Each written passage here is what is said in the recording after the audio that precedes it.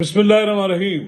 السلام علیکم ناظرین کرام، بالآخر آئین میں 27ویں ترمیم کے نتائج سامنے آنے شروع ہو گئے ہیں۔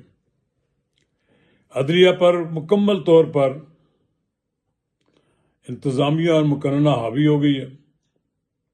وہ جج جو کل تک یہ سمجھتے تھے کہ انہیں کوئی قوت ہلا نہیں سکتی، ڈکٹیشن نہیں دے سکتی، وہ جو چیز چاہیں فیصلہ کر سکتے ہیں، انہوں نے تو حق ادا کیا عمران خان کی ریلیف دینے میں۔ کوئی موقع ایسا نہیں آیا جب انہوں نے اس کا اپنا اثر و رسوخ نہ دکھایا ہو، اپنے آپ کو نہ دکھایا ہو۔ اب سپریم کورٹ سے 2 جج، جسٹس منصور اور جسٹس عطر من اللہ، استعفے دے دیے اور منظور بھی ہو گئے ہیں۔ جتنی تیزی سے آئینی ترمیم آئی ہے، اسی تیزی سے ان کے استعفے بھی منظور ہو گئے۔ اب جسٹس عائشہ ملک بھی شاید نہیں رہیں گی، جسٹس منیر بھی شاید چھوڑ جائیں۔ ممکن ہے جیسے لاہور ہائی کورٹ سے بھی ایک جج نے استعفیٰ دے دیا ہے۔ عام جو تاثر یہ تھا کہ بہت بڑی تعداد میں شاید لوگ استعفے دے دیں گے، ایسا ہوا نہیں، اور کوئی بڑی تحریک چل جائے گی، وہ بھی نہیں ہوا۔ تو ناظرین کرام، قبل اس کے ہم آگے بڑھیں، اگر آپ نے میرا یوٹیوب چینل نواز رضا کے ساتھ اب تک سبسکرائب نہیں کیا تو برائے کرم فوری طور پر سبسکرائب کریں، لائک کریں، اور اب آپ کے ساتھ شیئر کریں، اور آئیکن کا وہ بٹن دبانا نہ بھولیے کہ جب ہم ویڈیو لوڈ کریں تو سب سے پہلے آپ کو اطلاع ملے۔ تو ناظرین کرام، ججوں کے استعفے ایک ایسی بات تھی کہ جو ہونا تھا، کیونکہ جنہیں کل چیف جسٹس بننے کے خواب دیکھے تھے، وہ خواب پایا تکمیل کو نہیں پہنچے، وہ خواب بکھر کے چلے گئے۔ کاش ایسا نہ ہوتا، لیکن بہرحال نئے ججوں نے بھی حلف اٹھا لیا ہے، آئینی عدالت قائم ہو گئی ہے، اور جسٹس جو چیف جسٹس ہیں انہوں نے اس تقریب میں شرکت کی ہے جس میں آئینی عدالت کے سربراہ نئے چیف جسٹس جو ہیں انہوں نے حلف اٹھایا۔ جسٹس امین الدین کو انہوں نے تسلیم کر لیا ہے، اور جو دیگر جج مقرر ہوئے ہیں انہوں نے میں سے 3 نے حلف اٹھایا، اور باقی بھی ابھی حلف اٹھا رہے ہیں۔ بہرحال یہ تو ہونا تھا، کاش عدلیہ منقسم نہ ہوتی، کاش عدلیہ نے سیاست نہ کی ہوتی۔ تو اب ہو گیا ہے، اب انہیں بھگتنا چاہیے۔ ایک لحاظ سے تو آئین کا ڈھانچہ بدل گیا ہے۔ عدلیہ جو کل تک سواری کرتی تھی انتظامیہ پر، حکومت پر اور وزرائے اعظم پر، ان کو ڈکٹیشن دیتی تھی، اب وہ اپنے قابو میں آ گئی ہے۔ اب ان کی ایک حدود مقرر ہو گئی ہے۔ یہ جو 100 موٹو نوٹس تھا، از خود نوٹس پہ لوگوں کو گھر بھیجنے والا سلسلہ اب بند ہو جائے گا۔ اس سے نتائج بہرحال کو اچھے نہیں نکلیں گے عدلیہ کے لیے۔ عدلیہ ایک لحاظ سے زیر ہو گئی ہے، اس پہ انتظامیہ اور پارلیمنٹ بھاری ہو گئی ہیں۔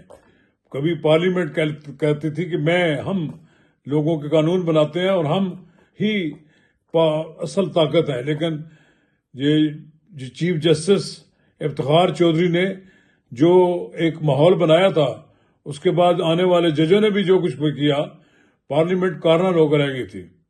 یہ پہلی بار ایسا ہوا ہے کہ وہ پارلیمنٹ جس کے بارے میں کہتے ہیں فارم 47 کی پارلیمنٹ ہے، فارم 47 کو گالی بنا دیا گیا تھا، یہ اس کی بنائی ہوئی جو پارلیمنٹ ہے، اس نے بالآخر نکیل ڈال لی، اس نے عدلیہ کو نکیل ڈال لی، اور نکیل ایسی ڈالی کہ کچھ تو مایوس ہو کر اب خود ہی استعفیٰ دے کر چلے گئے ہیں۔ یہ کوئی اچھی روایت نہیں ہے کہ استعفے آئے ہیں، لیکن ان کی اب انہیں نظر آ رہا تھا کہ اب اگلا مرحلہ یہی ہے کہ ان کے ساتھ سوکیانہ جو سلوک ہوگا، تو بہتر یہ ہے کہ وہ عدلیہ سے الگ ہو جائیں۔ ان کے عدلیہ سے الگ ہونے کے بعد اب ایک نیا ماحول آئے گا۔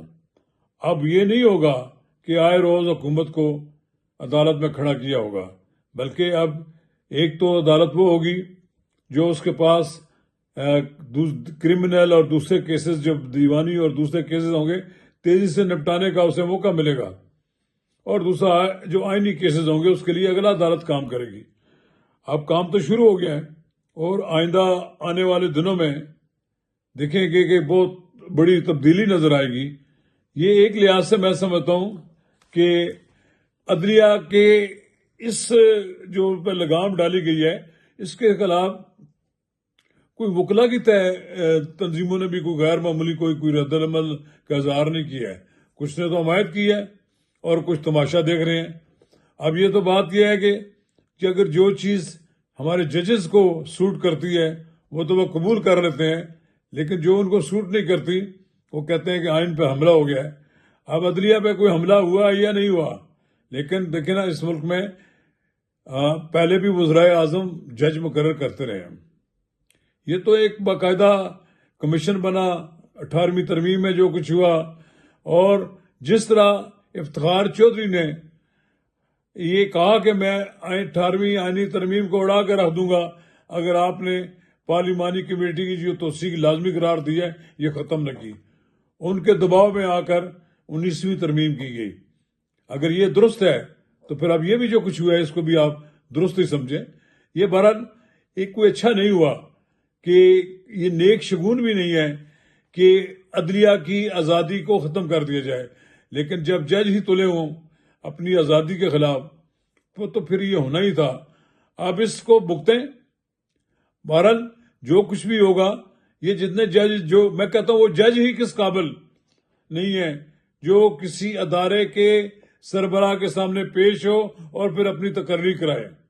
یعنی یہ جن ججز کی اب یہاں سے رخصتی ہو رہی ہے، یہ سارے کے سارے سفارشی تھے۔ یہ بے شک اتنے لائق ہوں، ذہین ہوں اور بڑا ان کا تجربہ ہو، لیکن ان لوگوں نے بھی تو کہیں نہ کہیں پیش ہو کر سفارش کروا کر جج بنے ہیں۔ میرا خیال یہ ہے جس طرح اس ملک میں سی ایس پی افسر کے لیے ایک طریقہ کار طے ہے کہ وہ جب بنتا ہے، اسی طرح سیشن جج جب بنے وہ وہاں سے ترقی کر کے اس کو سپریم کورٹ تک جانا چاہیے اوپر۔ یہ جو ججوں کی سودے بازی ہوتی ہے، چیمبرز کے لوگ لے دیے جاتے ہیں، یہ انصاف نہیں کرتے۔ انصاف وہی کرے گا جو میرٹ پر ترقی کر کے یہاں تک پہنچے گا۔ بھلے لوگوں کی لابی ہوتی ہے، لوگ جج بن جاتے ہیں اور پھر لوگوں کو رگڑا دیتے ہیں۔ میرا خیال یہ ہے کہ جوڈیشری میں لوگ میرٹ پہ آنے چاہیے اور میرٹ کا خیال ہونا چاہیے۔ یہ جو جوڈیشل کمیشن یا دوسری چیزیں بنائی جاتی ہیں، اس کے بجائے تمام وہ لوگ جو نیچے سے میرٹ سے ترقی کر کے اوپر جائیں، انہی کو ایلیویٹ کرنا چاہیے۔ چلیں اب دیکھتے ہیں 29ویں آئینی ترمیم جو ہو چکی ہے، 27ویں ترمیم ہو چکی ہے، اس کے بعد 28ویں بھی آتی ہے، یہ 29ویں بھی آتی ہے کہ نہیں آتی ہے، لیکن باتیں تو بہت ہو رہی ہیں۔ بہرحال ہمیں دیکھنا چاہیے کہ اس ترمیم کے بعد ملک میں انصاف کا بول بالا ہوتا ہے یا انصاف کا گلا گھونٹ دیا جاتا ہے۔ اس کا تو جواب آنے والے دنوں میں ملے گا۔ شکریہ۔